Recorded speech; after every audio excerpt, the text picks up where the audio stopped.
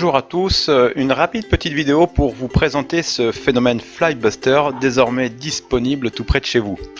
Alors c'est vrai que c'est devenu aujourd'hui l'une des solutions les plus efficaces et parmi les plus économiques du marché pour lutter contre les mouches tout en respectant l'environnement.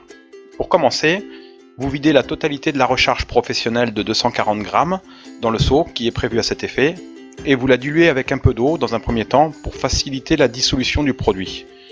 Une fois cette étape finalisée, vous pourrez compléter en suivant avec de l'eau, en faisant attention cependant de ne pas dépasser le niveau des cônes. Alors la première chose importante à retenir, c'est qu'on utilise des levures qui vont produire en suivant des odeurs pour attirer les mouches. Et que comme toutes les levures, il faut un minimum de température pour qu'elles s'activent. Celles utilisées ne s'activeront qu'à partir d'une température de 25 degrés à l'intérieur du seau. Cela n'est cependant pas très embêtant car on a souvent des problèmes de mouches quand il fait chaud et pas quand il fait froid. Alors l'autre point à savoir, c'est que ces levures sont accompagnées d'un support nutritif qui leur permettront de se nourrir et de se développer dans le temps. Donc si le piège est bien entretenu, 2 mois d'efficacité sans problème. Ensuite il faudra renouveler le produit quand même.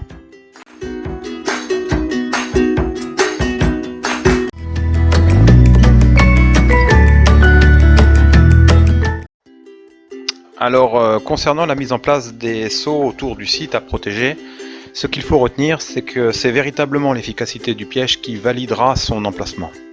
Alors moi je conseille dans un premier temps de les disposer au sol, car plus facilement déplaçables s'il faut les bouger un peu. Et surtout éviter les courants d'air, jamais dans un courant d'air.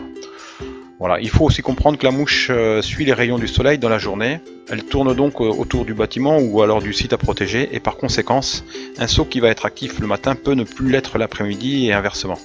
Voilà, et c'est pour cela aussi que je conseille au départ d'en acheter au moins 2 parce que je sais pertinemment que personne ne prendra le temps de le déplacer dans la journée. Et la principale erreur de pose qu'il faut éviter, c'est de le positionner le piège à l'intérieur du bâtiment.